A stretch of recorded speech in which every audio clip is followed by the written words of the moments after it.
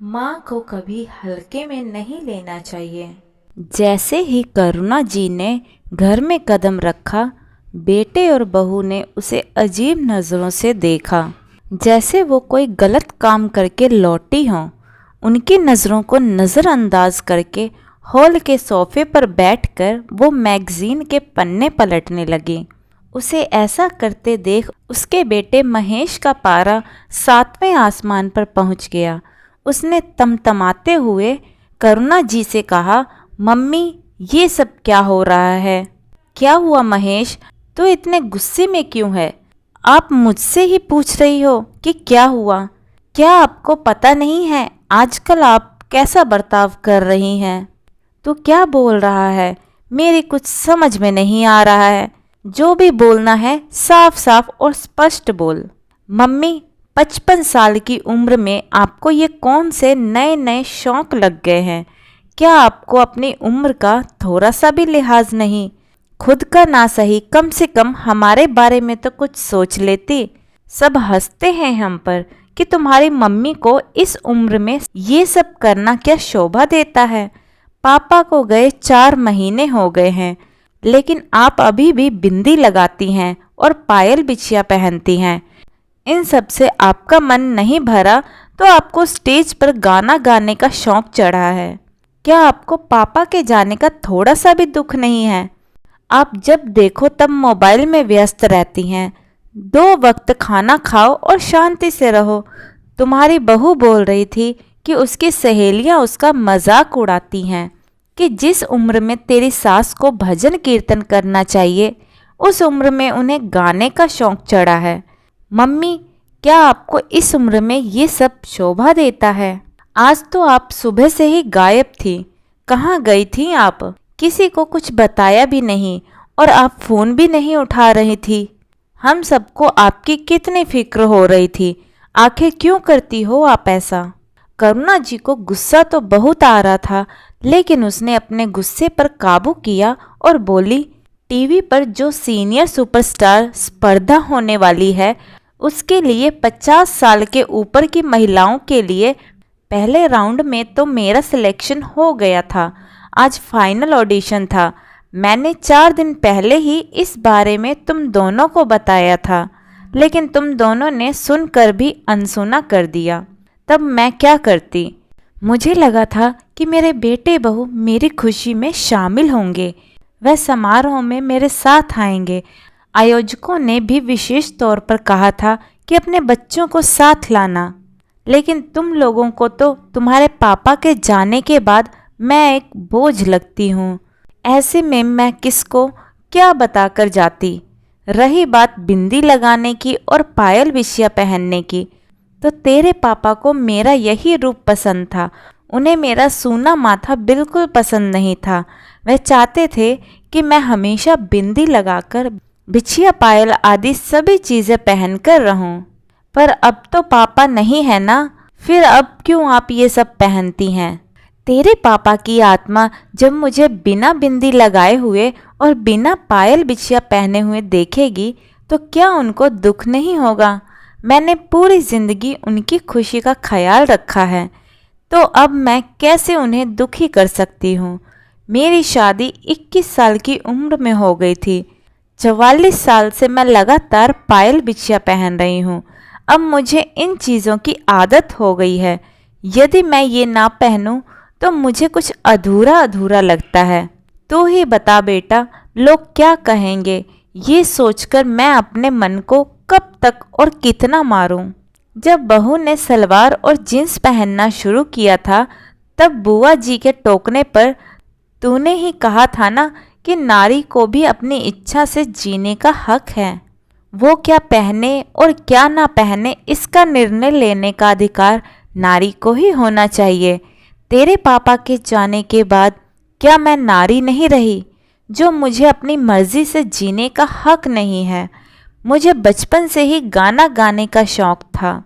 बचपन में अपनी कला को निखारने का मौका नहीं मिला और जवानी जिम्मेदारियों की भेंट चढ़ गई। कभी अपने शौक के बारे में सोचने का वक्त ही नहीं मिला।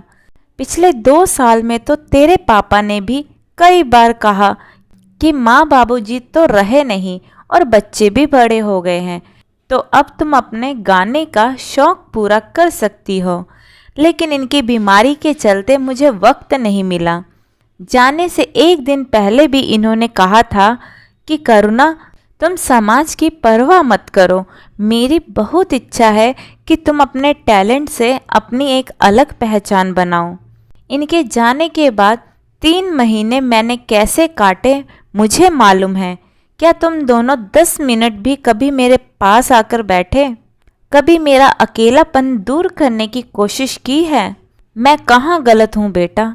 इंसान जिंदगी की आखिरी सांस तक इंसान ही रहता है। तो बचपन से देखता आ रहा है कि मुझे सादगी ही पसंद है। मेरी कई सहेलियां तो सलवार भी पहनती हैं, लेकिन उम्र का लिहाज कर मैं कभी सलवार नहीं पहनती। मैं हर चीज़ उम्र का लिहाज करके ही कर रही हूँ। फिर तुझे मेरे पायल बिछिया पहनने से और गाना गाने से एतराज़ क्यों है? तुम्हारी बहू भी तो घरेलू महिला है, वो जवानी में कुछ नहीं कर रही, तो तुम्हें बुढ़ापे में गाना गाने की क्या ज़रूरत है? कौन से ग्रंथ में लिखा है कि उम्र के एक पड़ाव पर इंसान को कुछ काम नहीं करना चाहिए? उम्र बढ़ने से इंसान की ख्वाहिशें तो नहीं मर जाती। इंसान को जिंदगी जीने के लिए सिर्फ 2 वक्त का भोजन ही नहीं चाहिए। भोजन के साथ साथ इंसान में शौक पूरे करने की अभिलाषा होती है। हर इंसान को लगता है कि उसकी अपनी एक अलग पहचान हो। बहू को किट्टी पार्टियों और घूमने फिरने से ही फुर्सत नहीं है, और उसमें जो भी टैलेंट है वो उस टैलेंट का उपयोग नहीं करती। तो इसमें मेरा तो कोई कसूर नहीं है ना। रही बात मोबाइल में व्यस्त रहने की, तो ये बात तुम्हें सोचनी चाहिए कि बेटा बहू और पोता पोती के होते हुए मुझे आभासी दुनिया की ज़रूरत क्यों महसूस होती है। अरे तुम लोगों से तो अच्छे मेरे आभासी दोस्त हैं, जो एक आध दिन भी मैं ऑनलाइन ना दिखी तो फिक्र करते हैं, फ़ोन करके पूछते हैं कि तबीयत ठीक है कि नहीं। बेटा, मुझे अपनी ज़िंदगी अपने तरीके से जीने का पूरा हक है। अब मुझे मेरे ही बच्चों से ये सीखने की ज़रूरत नहीं कि मुझे कैसे जीना चाहिए। मैं तो गाना भी गाऊंगी और पायल बिछिया भी पहनूंगी। ऊपर वाले ने सिर्फ मेरा जीवन साथी छीना, पर मेरी बिंदी, मेरा श्रृंगार, मेरा लाल रंग और मेरा अभिमान छीनने वाले तुम कौन होते हो? अपने जीवन साथी के जाने के बाद जिंदा तो मैं बस नाम की ही थी, पर मुझे मारने वाले तुम कौन होते हो? यदि तुम्हें मेरा व्यवहार पसंद नहीं है तो तुम अपना इंतज़ाम कहीं और कर लो। ये घर मेरे नाम है, इसलिए मैं तो कहीं और जाऊंगी नहीं। करुणा जी के ऐसा कहते ही बेटे और बहू के चेहरे की हवाइयाँ उड़ गई। बेटे ने आखिरी दाव चलाकर देखा, आप इस उम्र में अकेली कैसे रहेंगी? तुम्हारे साथ होते हुए भी तो मैं अकेली ही हूँ, क्योंकि तुम लोगों के पास तो मेरे लिए वक्त ही नहीं है। तुम लोग नहीं रहोगे तो मैं सहेलियों को निसंकोच घर में बुला सकूंगी और मैं भी उनके यहाँ जा सकूंगी। इससे मेरा अकेलापन बेहतर ढंग से दूर हो जाएगा। मुझे इनकी पेंशन भी मिलती है, उसी से मेरा गुजारा हो जाएगा। जब हाथ पैर नहीं चलेंगे तब एक काम वाली ज़्यादा रख लूँगी, लेकिन मैं अपने ही बच्चों की बंदिशों में नहीं रहूँगी। मैंने अपनी बहू को कभी बंदिशों में नहीं रखा, फिर मैं सास होकर बंदिशों में क्यों रहूं? आपको जैसे रहना है वैसे रहो। ऐसा कहकर बेटा मुंह बनाकर चला गया। करुणा जी सोचने लगी कि अच्छा हुआ कि इन्होंने घर मेरे नाम किया, नहीं तो आज मेरे ही बेटे बहू मेरा क्या हाल करते नहीं मालूम।